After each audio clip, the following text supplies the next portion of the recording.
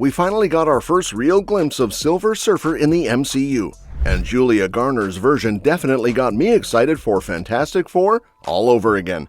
It's so cool that Marvel's first family is officially joining the MCU, with the movie dropping in just 2 months. The cast is seriously stacked. Pedro Pascal as Reed Richards, Vanessa Kirby as Sue Storm, Joseph Quinn as Johnny Storm, and Eben Moss-Bacharach as Ben Grimm. And the villains? Julia Garner, Silver Surfer, and Ralph Ineson as Galactus? That's next level. Marvel's still keeping Galactus mostly under wraps, probably saving his big entrance for the movie itself in 2025, which is fair. But in the latest trailer, we did get a pretty clear look at Silver Surfer's CGI, and I won't lie, it didn't totally blow me away. We've all seen how bad CGI can really hurt a superhero movie. Just look at 2023's The Flash. Some scenes looked so fake, they felt like cutscenes from a PS2 game. Thankfully, the Fantastic Four trailers don't hit that level of rough, but I still gotta point out the Silver Surfer design. It's kind of underwhelming. Now, I've got no problem with the MCU making Silver Surfer a woman. It fits, especially since this version takes place in a different universe. But giving her hair, like with Shallabal, kinda makes the design feel weird. It strays into that uncanny valley territory, especially during close-ups or still shots. From a distance, or in motion, the CGI mostly holds up, but up close, her face just looks off. And since she's clearly an important character, that's hard to ignore. The chrome effect is also super tough to nail, and it doesn't quite hit right here. What really bugs me is that Fox already pulled off a great version nearly 20 years ago in Fantastic Four: Rise of the Silver Surfer. Doug Jones did the physical acting, and Lawrence Fishburne voiced him. That version looked awesome, and it still holds up today.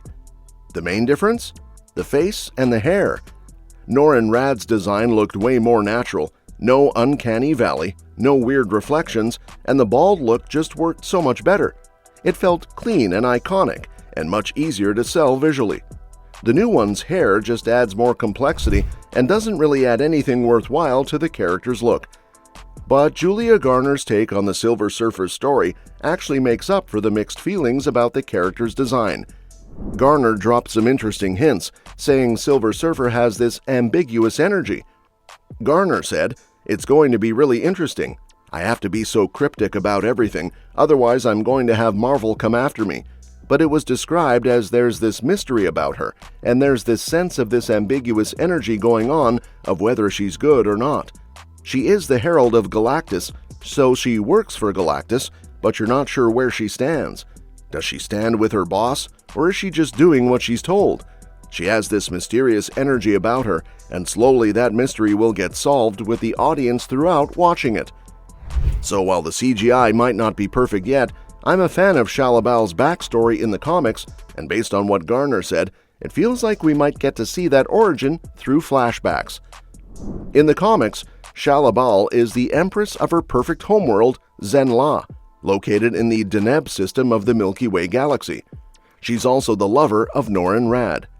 When the planet-eating Galactus arrives to consume Zenn-La, Norrin Radd offers to become his herald in exchange for sparing the planet.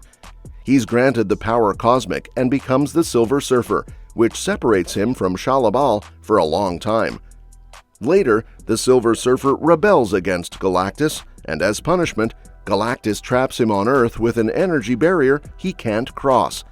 The demon Mephisto, who wants to defeat the Surfer and claim his soul, senses how much the separation from Shallabal hurts him and uses her in his plan.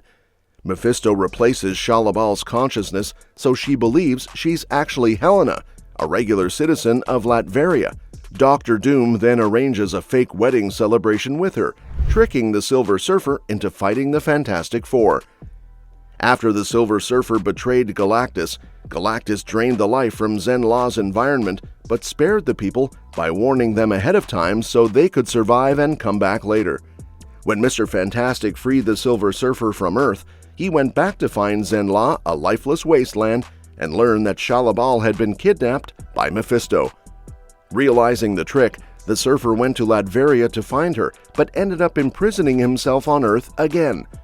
Before Mephisto sent Shallabal back to Zenn-La, the Surfer gave her some of his power cosmic, which she used to restore life to her planet.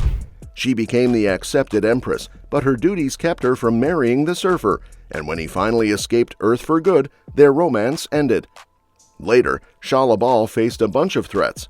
She was kidnapped by the Elders and rescued by the Surfer, met Kree leader Nenora, asked the Surfer to protect Zenn-La from the Obliterator, and teamed up with the Skrull Empress Sybil against the Kree. Turns out, Nenora was a disguised Skrull, which Shallabal discovered and helped expose. She was captured but freed by the Kotati and returned safely to Zenn-La. At one point, Shallabal was taken by the enslavers, reunited with the Surfer, and appeared in flashbacks about her and Norrin's past, including his dad's suicide and their childhood meeting. She was even abducted along with Zenn-La by the Great One and disintegrated with that pocket universe, but the Surfer later brought her back after Mephisto had trapped her soul.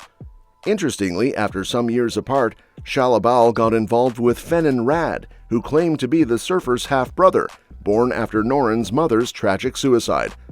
So, I like her backstory and origin, and I'm still hopeful Silver Surfer will look great in the Fantastic Four First Steps movie. Even though I'm not crazy about how Julia Garner's Silver Surfer looks right now, there's a good chance her final look will be way better. Marvel Studios usually keeps polishing their CGI right up until the movie drops. Since the film comes out on July 25th, that gives them about 2 more months to fine-tune the Silver Surfer's tricky CGI. The latest trailer actually eased a lot of my worries, especially with how Ebon Moss-Bacharach's Ben Grimm looks. He finally looks spot on. When the first trailer came out, I wasn't totally sold on the Thing's CGI either. It needed more work to feel right in motion. But the new trailer fixed that for me. So based on that, I think Marvel just needs some more time to get Silver Surfer's look perfect.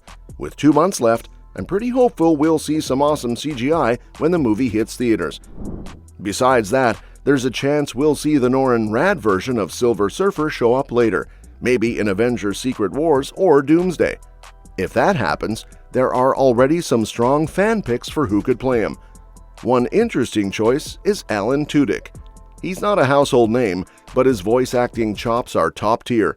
He's done hilarious work in Disney films like Wreck-It Ralph and also stars in Resident Alien. Plus, he played the droid K2SO in Rogue One. Plus, he has voiced Dr. Phosphorus and Clayface in the DCU animated show Creature Commandos, so he's already part of the Disney Star Wars and WBDC universes. Who would you want to see as Norrin Radd if he joins the MCU down the line? Let me know what you think in the comments below. And don't forget to subscribe, because we'll be covering more updates on this soon and other exciting upcoming movies and series. We'll see you next time.